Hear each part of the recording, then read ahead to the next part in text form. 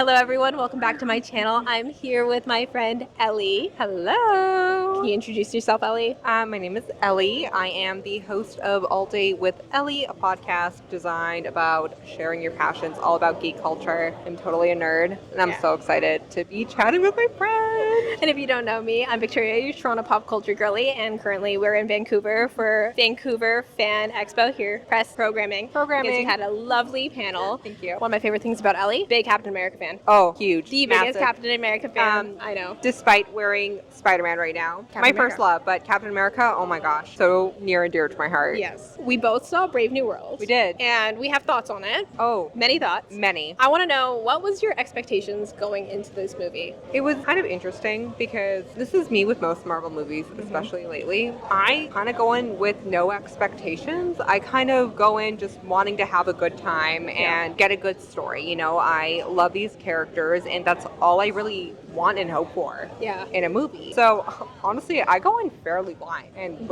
I'm like, give me whatever you want to give me. Did you see any of like the commentary about it going in before, like other people's reviews? Yeah, it was kind of unavoidable. I try not to kind of be immersed in a lot of the reviews, but it was inevitable. It was all over all social media. So I did see a lot of the primarily negative reviews. I try to go into it a little bit open-minded as well. I wasn't super excited for it, but I'm just not a huge Captain America or Hulk kind of fan. Meanwhile, I was so hyped. Yeah, I was like, so hyped. Sam Wilson, yes! But I was excited for Sam Wilson and Joaquin Torres. I'm like, I want to see some good bird fight, and I want to see Sam slay. Exactly, always. All I kind of want when it comes to his character. He's such a fun character. He's hilarious, such a good heart, and so much personality. Incredible fighter, incredible hero. So I'm like, I'll take anything Sam Wilson. Honestly, yes. And I'm very glad he got a shine in his own movie. Going into some spoiler-free thoughts, I think Sam Wilson kind of killed it.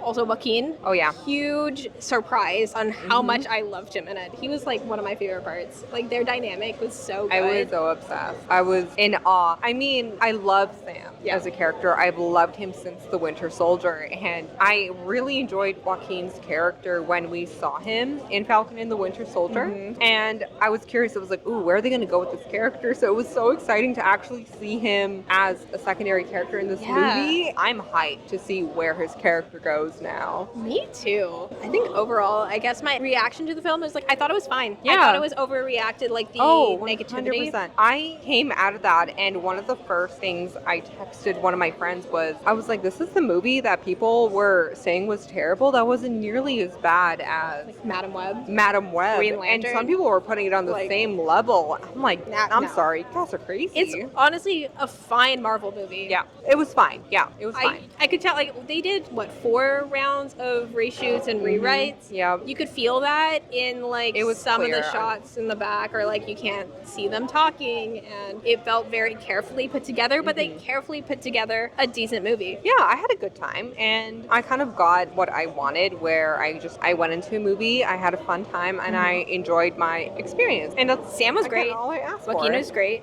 Isiah Bradley, incredible. Also incredible. One of, like, probably the standout performance was for Isiah Bradley. Yeah. Honestly, Harrison Ford was fine. He did great. Like, for what his character was and what he needed to do, he did good. And everything else was, it was forgettable, but, like, it was okay. Like, Captain America was Captain America. He was Captain American. Villain of the week was throwaway, honestly. Turn a blind eye vibe. I don't even know his name. Samuel Stern? Question mark? What's his villain name? The leader. Stupid. I know. We're getting into some spoiler territory now. Warning, it'll be on the screen anyways. The transition has happened. He looked dumb? He looked really dumb. The thing is, his green changed all the time, had his original design, and those photos had come out, I don't know, like a year ago. And then, I don't even remember. Oh. I don't even know what happened, but they changed how he looked for this movie, so now he looks terrible. He used to look more comic accurate. I think the VFX people did not get enough time for this movie at all. They did not. Even, like, especially I noticed when he was turning into Red Hulk. Yeah. I'm just like, his skin just looked like you put a ripple filter on top and was like, that's it. And I'm like, good enough. pay your VFX people. Also, 4 rounds of reshoots and stuff, you did not give them any time. 0 time. And the reshoot seemed so shit because what was it all for? Because it was kind of not great for a lot of it, and like the dialogue was peculiar. It was a little weird. I don't think it was as bad as people were saying. I think because they're like, oh, it's very one-linery, but I'm like, all Captain America is kind of something one of my friends noticed and she mentioned was that something would happen in a scene and you would start thinking about it and you're like, oh yeah, that makes sense, or like, oh, I see how these characters are going about it, but then a character would like turn to the camera and be like, so here's what's going on in this scene, and I'm not going to give you a chance to actually think about it or form your own thoughts. It feels like the reshoots were doing a lot of the talking and a lot of the reshoots were just sanitizing the movie, in my opinion. I'm gonna bring it up now. Ruth, you could have taken her out of the film, would not have changed a single thing. You could have replaced her with any old random character named Ruth, Sarah, Emily, whatever. And I think that was the rewrites was because they called for the actor to be taken out, and I guess and like the character and the actor to be taken out, but instead of doing any of that, I don't know, they didn't want to recast. They changed everything about who the character is to be like, hey, they're not associated with their comic counterpart. No. The only thing that they left in is they're like, she is born in Israel and then a former Black Widow, and then that was it. Yeah, and I was like, let me check Wikipedia after that. I'm sure that's not her story, and it's not. And I'm like, that's them saying like, yeah, she's here and that's why she's good at fighting. And we didn't want to have to recast. I'm sure she had a much bigger role. I think there was other countries in the treaty. Then they were like, what are safe countries that we can talk about? And it was Japan, India, and France. Weird combo, but the other interesting thing with the fact that they really didn't do anything with her character, she kind of just existed, had 0 impact on the story. Like literally nothing could have been removed. No she could have just been some random SHIELD agent. However, I was really annoyed about the fact she's a former Black Widow, but her fighting style was so bland. It was so boring, Black Widow because they it was not in a Black Widow style. A 2-second backstory. Exactly. And I'm like, okay, if she's a former Black Widow, we've seen how Natasha fights, we've seen how Yelena fights, we have seen how other she didn't even do a Black Widow fight.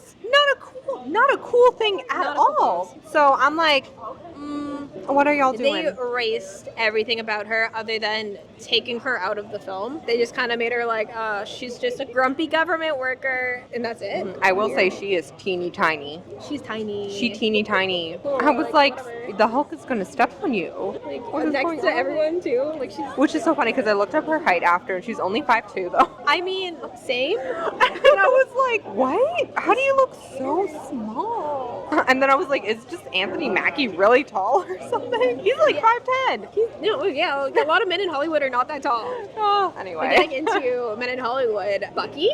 Okay, Bucky was there. Okay, first of all, before we get into what I know you're going to say, I love you, Bucky Barnes. I am so glad that you were involved in this movie because, especially after Falcon and the Winter Soldier and how Sam and Bucky's relationship developed, it's very special to me, and I really liked where it was going.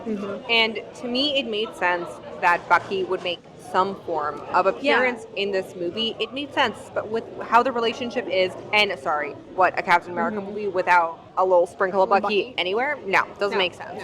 So I was so happy that he was there, and I'm gonna mention something later on that I really loved about his character being there. But Congressman Bucky? Why?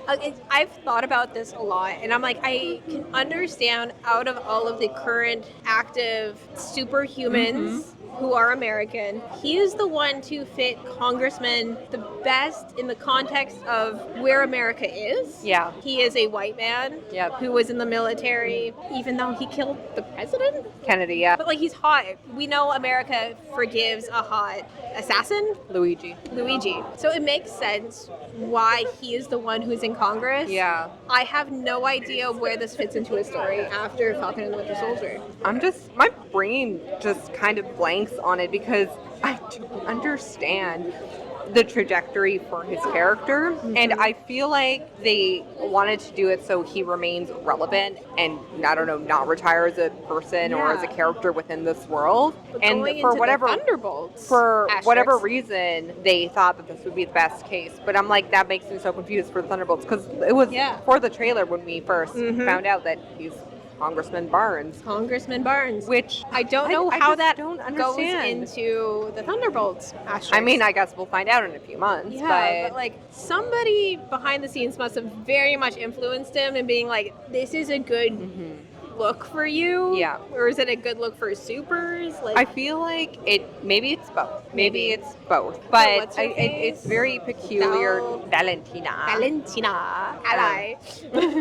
Oh, I don't. Bought Avengers Tower, so we'll see where that goes. I feel like she's the one who's like, Bucky, you should do this. No, I don't think so. I feel like she. Not even behind the scenes, like not directly. No.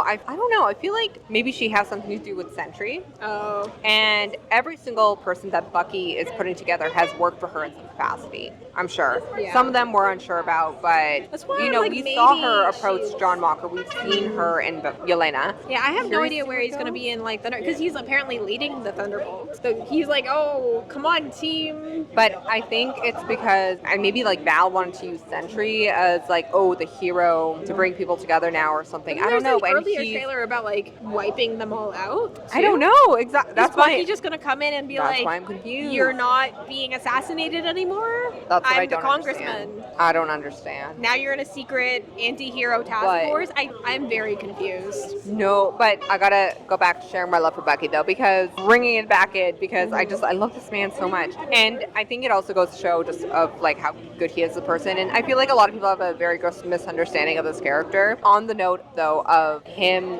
and Sam, he drops probably one of my favorite lines that I'm always gonna think about now, where he tells, after Sam expresses his doubt about being Captain America, and he tells him, Steve, give them something to believe in. You give them something to aspire to. Yes. Oh my God, what a hard line. What a hard line. And Super relevant too. super relevant. So in regard to that line, Sam and Bucky's relationship has evolved so much, especially if you think about the first time they technically met, and it was the Winter Soldier on his car, punching through the windshield and grabbing the wheel. Okay, yeah. that was the first time they technically met. But again, it's evolved so much, and Sam has spent a lot of time struggling with the identity of Captain America, feeling like he's not enough, you know, being compared to Steve, and, you know, obviously he's not Steve. And to hear a line like this from Bucky is everything, and holds so much more impact, because Bucky's literally the only other person alive who actually knew Steve as a person. Not just as a Captain America, not just as a hero, as society views him. Society looks at Steve, they don't see Steve Rogers, they see Captain America, they see the superhero, okay? That's all they see. They don't know who he is, but Bucky does. So Sam does. And Sam does. So to hear something like that from Bucky, important, holds so much more impact than anybody else saying that line. If anyone else said that line, it would not hold the same weight. I think when they brought in Bucky's cameo was also perfect. Perfect timing, because it's like he's dropping everything to find his best friend who is hurting because one of their good friends, their number two, like his Falcon, is hurt, critical condition, and it's just like to drop everything and to go support your best friend. That's everything. In that moment, everything. Because like bringing Bucky in anywhere else would have felt like kind of short. I don't know where it would. It would have felt cheap, like or a if he cheap was cameo. just like a congressman in the White House, like it would have felt cheap. But like that is just like That's a have friend showing real- up for another friend. Yeah, you're showing up and you're showing out, and I will give you that pep talk that you need. Another thing with that, I think something that was so impactful was that he let Sam talk. He let Sam kind of just unleash and release everything that he was feeling before kind of stepping into the conversation to be like, hey, all of those feelings are here's the thing. super fucking valid. It's Very like, valid. it hurts. Maybe you wanted to take the super serum. Maybe would it be easier? You don't know. What's it like to be a black man in front of the entire country when they're telling you you're not Captain America when you fucking are? honestly, any other cameos I've forgotten about. I mean, I guess Betty Ross. Oh, Betty Ross. But that was just at the very end, Yeah. right? That was pretty much it. There weren't really any nothing, cameos not like in that. this Like, movie, there which was I the am also Celestial glad about. stuff. Which They're I'm like glad Eternals. where they kind of kept it separate, so it's like a little more grounded in its story. I do love when the story is contained, and I think they did that okay. I just didn't quite fully love the story. No. No. That was my thing. I kept saying, oh, I wish a lot more love and care went into this film. It felt very weird with the whole Japan thing and the cherry blossoms being so significant. I'm like, the fact that, like, I guess obviously it makes sense. It ties back to Japan and, like, Betty and the cherry blossoms, and we walk with the cherry blossoms, and I'm like, okay, number one, the cherry blossoms look fake as fuck. It also got me a little bit confused what country we were in on the final scene. It took me a while to realize we were back at the White House and not in Japan anymore. Because that's not 1 second we're in the Indian Ocean and the next is we're in the White House.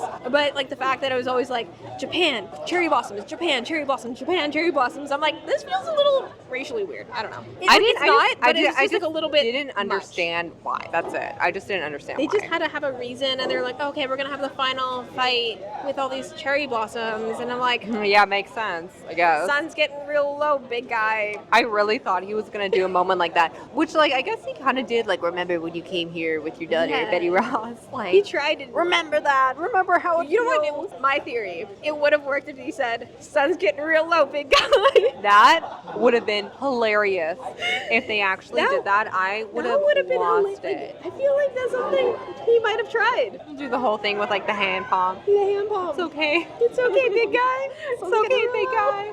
Don't worry. I feel like they sanitized a lot of this movie. Yeah, it was. It's like at the end of the day, it's like it is what it is. They made a decent movie with what they had and what they reshot, and it was fine. Yeah, it was fine. It was fine. It was fine. I definitely still stand by like it wasn't nearly as bad as most were putting it out to be. Had a good time. And it's like exciting to see now where Sam's character is going to go. Yeah, you know, he's going to build the Avengers. I am very excited for him to lead the Avengers. He deserves it. He deserves it. I just and want Joaquin's to gonna see be there as well. Thrive, and I think that's what it's setting up for, and I'm really happy about that. But overall, closing thoughts. I'm excited to watch this movie again so I can further unpack the layers and, you know, everything that this movie had to offer. And who knows, maybe my opinion will change. Don't know. Sometimes it usually does upon second watch. Apart from that, you know, I wish they did a little bit better. Yeah, I wish they spent a little more time and, you know, for the amount of reshoots, it could have been more. I think one of the biggest issues was just villain. They could have chosen a villain that was a little more aligned with the character rather than almost like an Incredible Hulk sequel situation. Cookie cutter. Oh my god, the bad guy has mind control. A lot of people were like, this is a Winter Soldier wannabe, and I was like, what about this movie gives you the Winter Soldier vibes? Not a single aspect of it. It's a little more like genre-wise, more into that kind of it's not even a spy thriller. It's just like a more thriller-esque. That's kind of it when it comes to comparison. Their big twist wasn't a big twist either because they used Red Hulk in all the promo, which is insane. They should have kept that quiet. That should have been crazy. Like, what a big reveal that would have been crazy. Because they go about the entire movie as if you don't know. Yeah. It was funny because at that point I kept waiting for that moment. Yeah, I just kept waiting for it. It was distracting almost. I was like, when is it going to happen? Does he know he's turning? Has he turned before? I thought he was going to. I totally thought he knew. I thought he already knew. Apparently he didn't. News to him. News to him. And they thought it would be news to us, but alas, it's not news to us. My final thoughts is it was fine. I think I gave it 2.5 on Letterboxd. I think I give it a 3. Perfectly mediocre to me. It was so much bias went into that though. It could, it was. But honestly, it could have been more. Yeah, which would have been like a 3-star. I find 3-star movies, I do enjoy that. I was just it could have been a little bit more. I liked a good amount of it. As people were saying, against Madam Web, nowhere near Madam Web. No. At that point, when I went into rating it, I was like, this is purely based off vibes. It felt very careful. Yep. When I think they could have pushed it. Yeah. They were like, oh, let's scale back the politics, even though it is a political movie about politics and other countries. Which is so funny. I wish they pushed it further. It could have been It could have been it could have been a lot more commentary, but it's not. impactful, you know? It could have held a lot more impact and weight in the story. I think this is where we're going to end it. Thank you so much for watching. Please like, comment, and subscribe, and follow Ellie everywhere. Follow me. You can find me on basically every social media platform at alldayshow_. Gotta get the underscore in there. Gotta get that there. Thank you so much for watching. Bye. Bye.